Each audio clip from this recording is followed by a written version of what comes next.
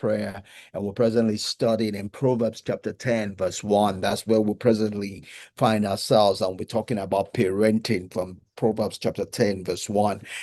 Talks about the fact that when we parent right, makes us glad. When we don't parent right, it makes us sorrowful. And we're looking at how we can parent right so that we can be glad concerning the job we do on our children. We can be glad concerning who our children turn out to be, because that's God's desire, that's God's mandate, that will be successful in the place of parenting. God designed parenting to succeed. God did not design parenting to fail. God's ordination design for parenting is that it succeeds, that will bring forth a holy generation, that will bring forth a better generation than the one we leave, that with the generations that come after us continue to improve, because we give them the shoulder to stand on. We give them a shoulder to stand on so they can go further, they can do better, they can see further than we have ever done.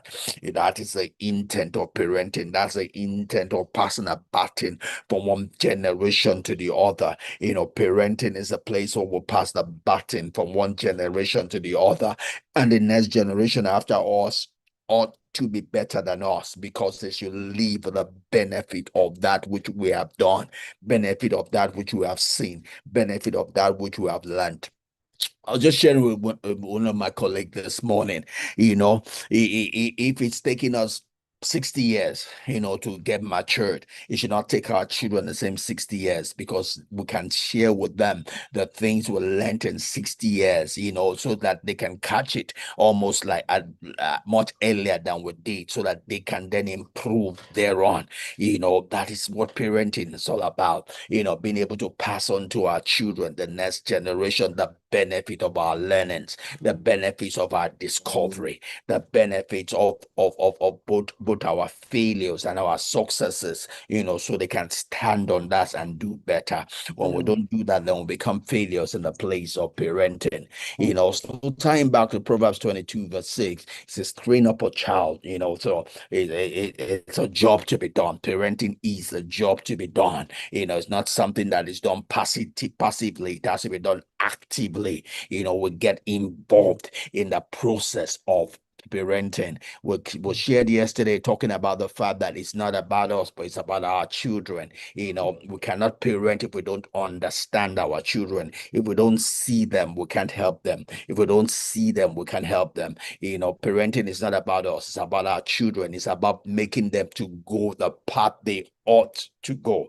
The path that if everything is right, the path they would go, the path that if we take away all this environments, distractions, deception, the path that God has ordained for them to go. Our job is to help them go that path.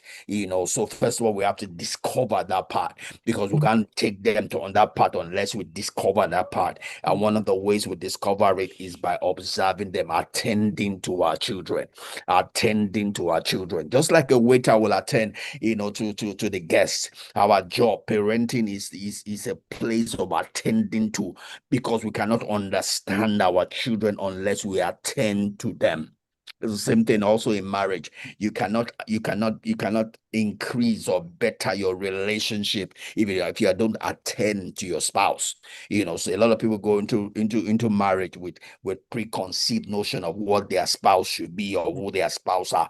That's why they fail in marriage. It doesn't matter how many relations you have been before you get married. You are married to this one now, and this one now does not have to be like any of the ones you have been with before, right? If you are going to be a success in marriage, you have to attend to your spouse. You have to understand your spouse. You have to know your spouse. You have to know the weaknesses. You have to know the strength, and then discover how best to serve your spouse in this marriage, because marriage again is service to one another. Again, like we say, healthy relationship is one in which people come into because of what they can give, not what they can receive. It is the giving that makes the relationship, it's the giving that makes the marriage, not the receiving.